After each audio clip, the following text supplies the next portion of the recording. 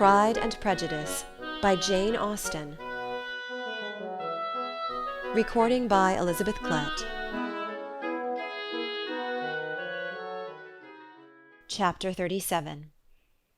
The two gentlemen left Rosings the next morning, and Mr. Collins, having been in waiting near the lodges to make them his parting obeisance, was able to bring home the pleasing intelligence of their appearing in very good health, and in as tolerable spirits as could be expected after the melancholy scene so lately gone through at Rosings.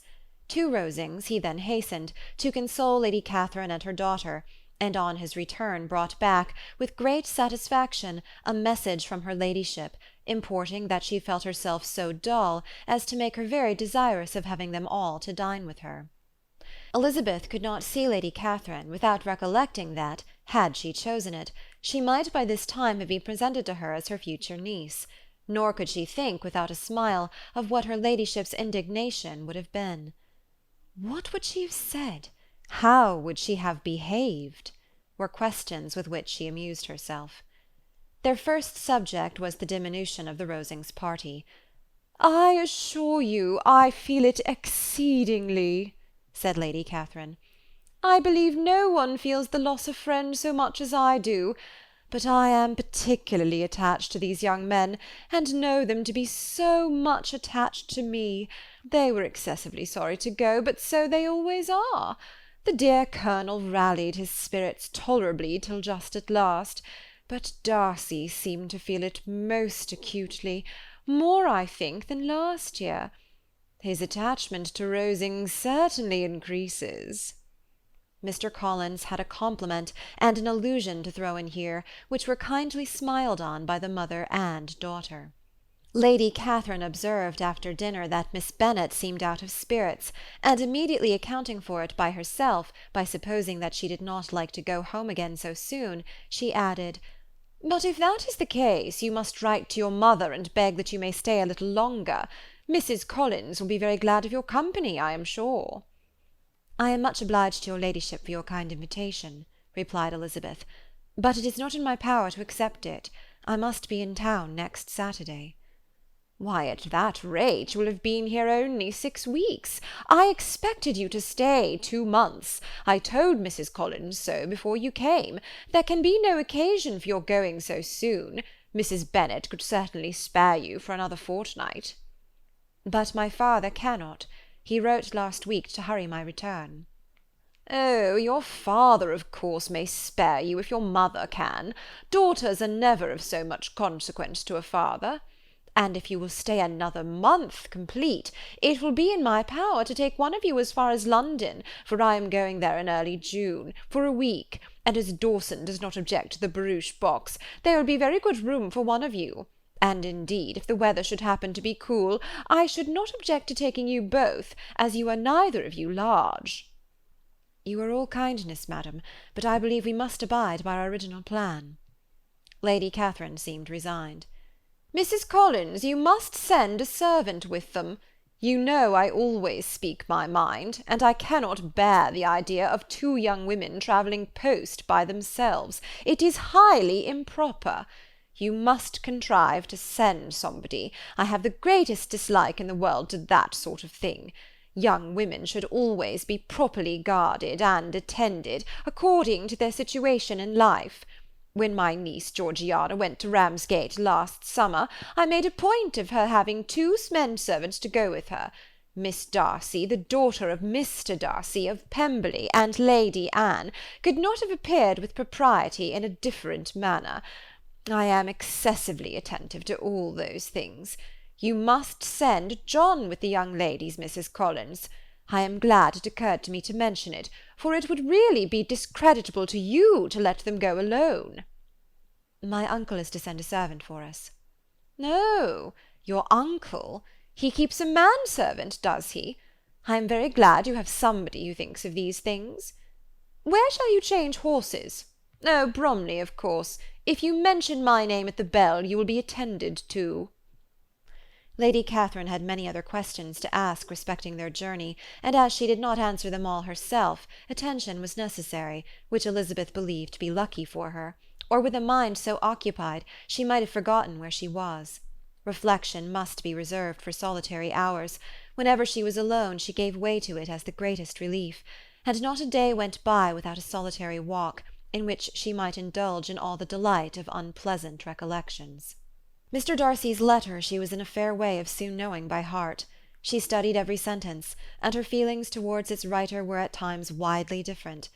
When she remembered the style of his address, she was still full of indignation, but when she considered how unjustly she had condemned and upbraided him, her anger was turned against herself, and his disappointed feelings became the object of compassion.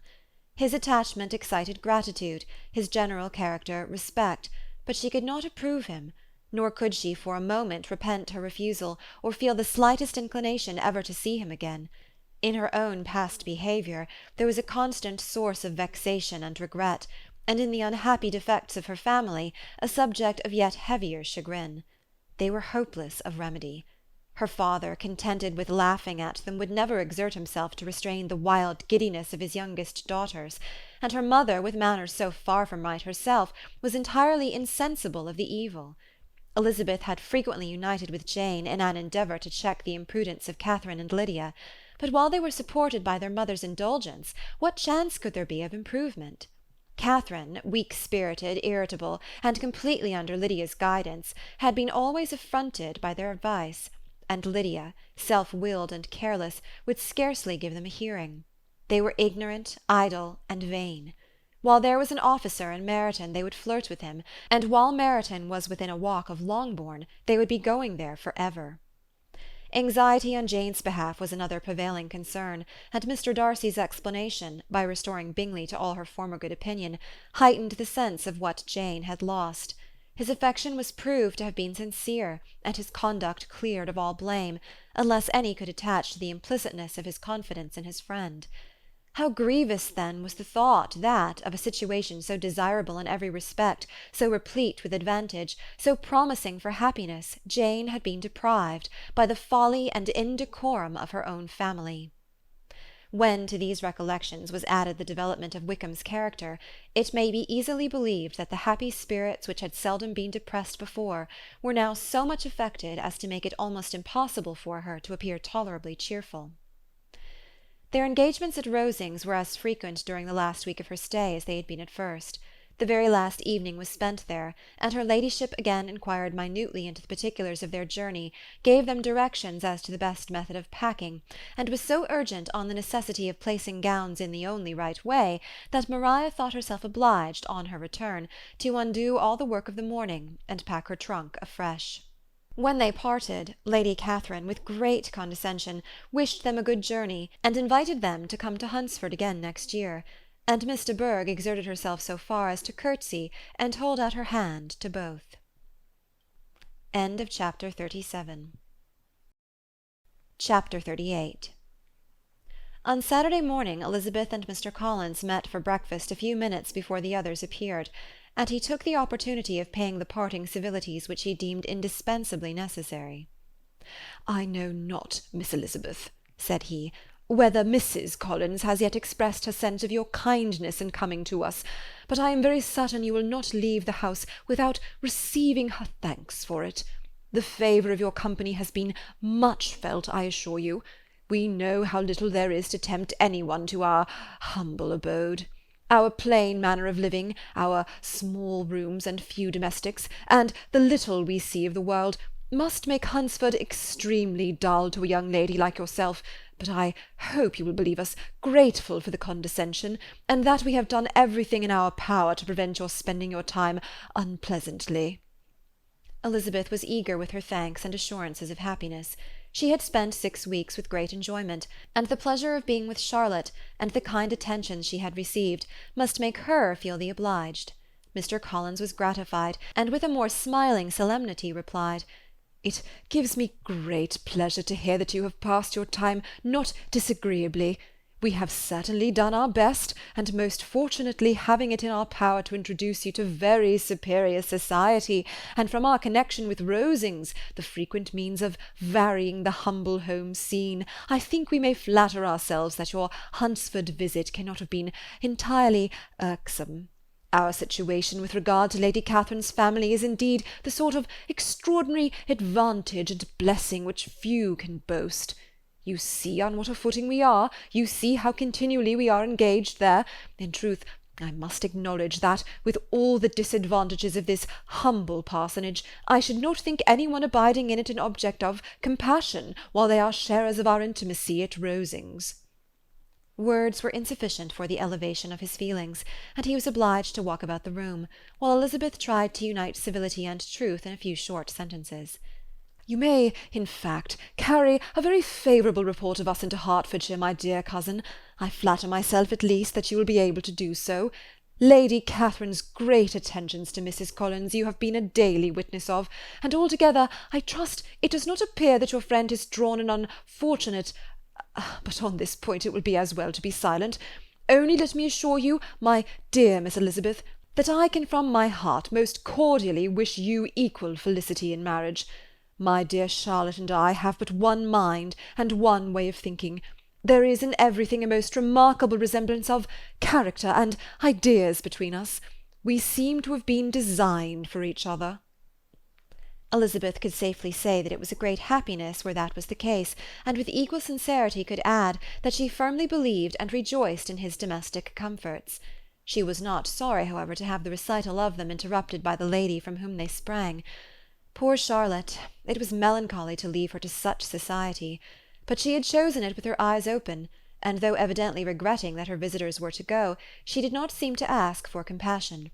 Her home and her housekeeping, her parish and her poultry, and all their dependent concerns, had not yet lost their charms.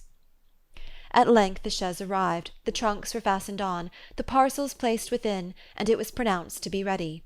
After an affectionate parting between the friends, Elizabeth was attended to the carriage by Mr. Collins, and as they walked down the garden he was commissioning her with his best respects to all her family, not forgetting his thanks for the kindness he had received at Longbourn in the winter, and his compliments to Mr. and Mrs. Gardiner, though unknown. He then handed her in, Maria followed, and the door was on the point of being closed, when he suddenly reminded them, with some consternation, that they had hitherto forgotten to leave any message for the ladies at Rosings. But, he added, you will of course wish to have your humble respects delivered to them, with your grateful thanks for their kindness to you while you have been here. Elizabeth made no objection. The door was then allowed to be shut, and the carriage drove off. "Good gracious!" cried Maria, after a few minutes' silence. "It seems but a day or two since we first came, and yet how many things have happened!" "A great many indeed," said her companion with a sigh. "We have dined 9 times at Rosings, besides drinking tea there twice. How much I shall have to tell!"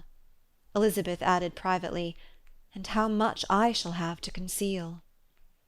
Their journey was performed without much conversation or any alarm, and within 4 hours of their leaving Hunsford they reached Mr. Gardiner's house, where they were to remain a few days.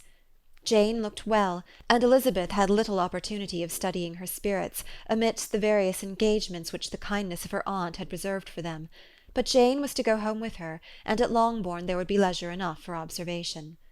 It was not without an effort, meanwhile, that she could wait even for Longbourn before she told her sister of Mr. Darcy's proposals. To know that she had the power of revealing what would so exceedingly astonish Jane, and must at the same time so highly gratify whatever of her own vanity she had not yet been able to reason away, was such a temptation to openness as nothing could have conquered the state of indecision which she remained as to the extent of what she should communicate, and her fear, if she once entered on the subject, of being hurried into repeating something of Bingley, which might only grieve her sister further. Chapter 39. It was the 2nd week in May, in which the 3 young ladies set out together from Gracechurch Street for the town of in Hertfordshire, and as they drew near the appointed inn where Mr. Bennet's carriage was to meet them, they quickly perceived, in token of the coachman's punctuality, both Kitty and Lydia looking out of a dining-room upstairs. These 2 girls had been above an hour in the place, happily employed in visiting an opposite milliner, watching the sentinel on guard, and dressing a salad and cucumber. After welcoming their sisters, they triumphantly displayed a table set out with such cold meat as an inn larder usually affords, exclaiming, "Is not this nice? Is not this an agreeable surprise?" "And we mean to treat you all," added Lydia, "but you must lend us the money, for we have just spent ours at the shop out there." Then showing her purchases, "Look here, I've bought this bonnet. I do not think it is very pretty, but I thought I might as well buy it as not. I shall pull it to pieces as soon as I get home, and see if I can make it up any better." And when her sisters abused it as ugly, she added with perfect unconcern, "Oh, but there were 2 or 3 much uglier in the shop, and when I have bought some prettier coloured satin to trim it with fresh, I think it will be very tolerable. Besides, it will not much signify what one wears this summer, after the Blankshire have left Meryton, and they are going in a fortnight." "Are they indeed?" cried Elizabeth with the greatest satisfaction. "They are going to be encamped near Brighton, and I do so want papa to take us all there for the summer. It would be such a delicious scheme, and I dare say it would cost hardly anything at all. Mamma would like to go too, of all things. Only think what a miserable summer else we shall have." Yes, thought Elizabeth, that would be a delightful scheme indeed, and completely do for us at once. Good heaven! Brighton, and a whole campful of soldiers to us, who have been overset already by one poor regiment of militia and the monthly balls of Meryton. "Now I have got some news for you," said Lydia, as they sat down at table. "What do you think? It is excellent news, capital news, and about a certain person we all like." Jane and Elizabeth looked at each other, and the waiter was told he need not stay. Lydia laughed and said, "Ay, that is just like your formality and discretion. You thought the waiter must not hear, as if he cared. I dare say he often hears worse things said than I am going to say. But he is an ugly fellow. I am glad he's gone. I never saw such a long chin in my life. Well, but now for my news. It is about dear Wickham. Too good for the waiter, is it not? There is no danger of Wickham's marrying Mary King. There's for you. She is gone down to her uncle at Liverpool, gone to stay. Wickham is safe." "And Mary King is safe," added Elizabeth. "Safe from a connection imprudent as to fortune." "She is a great fool for going away if she liked him." "But I hope there is no strong attachment on either side," said Jane. "I am sure there is not on his. I will answer for it. He never cared 3 straws about her. Who could, about such a nasty, freckled little thing?" Elizabeth was shocked to think that, however incapable of such coarseness of expression herself, the coarseness of the sentiment was little other than her own breast had harboured and fancied liberal. As soon as all had ate and the elder ones paid, the carriage was ordered, and after some contrivance, the whole party, with all their boxes, work-bags, and parcels, and the unwelcome addition of Kitty and Lydia's purchases, were seated in it. "How nicely we are all crammed in!" cried Lydia. "I am glad I bought my bonnet, if it is only for the fun of having another bandbox. Well, now let us be quite comfortable and snug, and talk and laugh all the way home. And in the first place, let us hear what has happened to you all since you went away. Have you seen any pleasant men? Have you had any flirting? I was in great hopes that one of you'd have got a husband before you came back. Jane will be quite an old maid soon, I declare. She's almost 23. Lord, how ashamed I should be of not being married before 23. My Aunt Phillips wants you so to get husbands, you can't think. She says Lizzie had better have taken Mr. Collins, but I do not think there would have been any fun in it. Lord, how I should like to be married before any of you, and then I would chaperone you about to all the balls. Dear me, we had such a good piece of fun the other day at Colonel Forster's. Kitty and me were to spend the day there, and Mrs. Forster promised to have a little dance in the evening. By the by, Mrs. Forster and me are such friends, and so she asked the 2 Harringtons to come, but Harriet was ill, and so Pen was forced to come by herself. And then what do you think we did? We dressed up Chamberlain in women's clothes on purpose to pass for a lady. Only think what fun! Not a soul knew of it but Colonel and Mrs. Forster and Kitty and me, except my aunt, for we were forced to borrow one of her gowns, and you cannot imagine how well he looked. When Denny and Wickham and Pratt and 2 or 3 more of the men came in, they did not know him in the least. Lord, how I laughed, and so did Mrs. Forster. I thought I should have died, and that made the men suspect something, and then they soon found out what was the matter. With such kinds of histories and their parties and good jokes did Lydia, assisted by Kitty's hints and additions, endeavour to amuse her companions all the way to Longbourn. Elizabeth listened as little as she could, but there was no escaping the frequent mention of Wickham's name. Their reception at home was most kind. Mrs. Bennet rejoiced to see Jane in undiminished beauty, and more than once during dinner did Mr. Bennet say voluntarily to Elizabeth, "I am glad you are come back, Lizzie." Their party in the dining-room was large, for almost all the Lucases came to meet Maria and hear the news, and various were the subjects that occupied them. Lady Lucas was inquiring of Maria after the welfare and poultry of her eldest daughter. Mrs. Bennet was doubly engaged, on the one hand collecting an account of the present fashions from Jane, who sat some way below her, and on the other retailing them all to the younger Lucases; and Lydia, in a voice rather louder than any other person's, was enumerating the various pleasures of the morning to anybody who would hear her. "Oh, Mary," said she, "I wish you had gone with us, for we had such fun! As we went along, Kitty and I drew up the blinds, and pretended there was nobody in the coach, and I should have gone so all the way, if Kitty had not been sick, and when we got to the George, I do think we behaved very handsomely, for we treated the other three with the nicest cold luncheon in the world, and if you would have gone, we would have treated you too.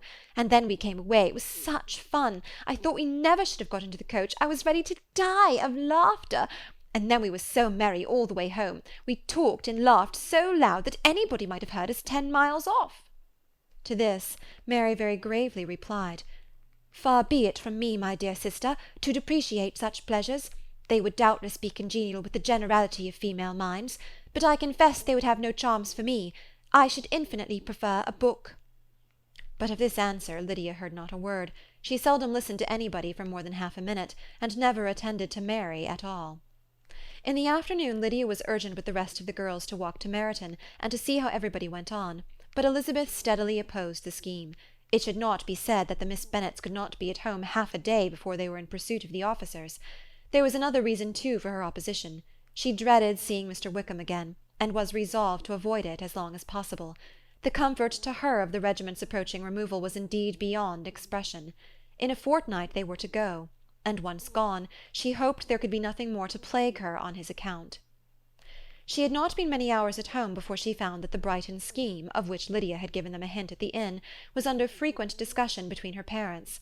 Elizabeth saw directly that her father had not the smallest intention of yielding, but his answers were at the same time so vague and equivocal that her mother, though often disheartened, had never yet despaired of succeeding at last. Chapter 39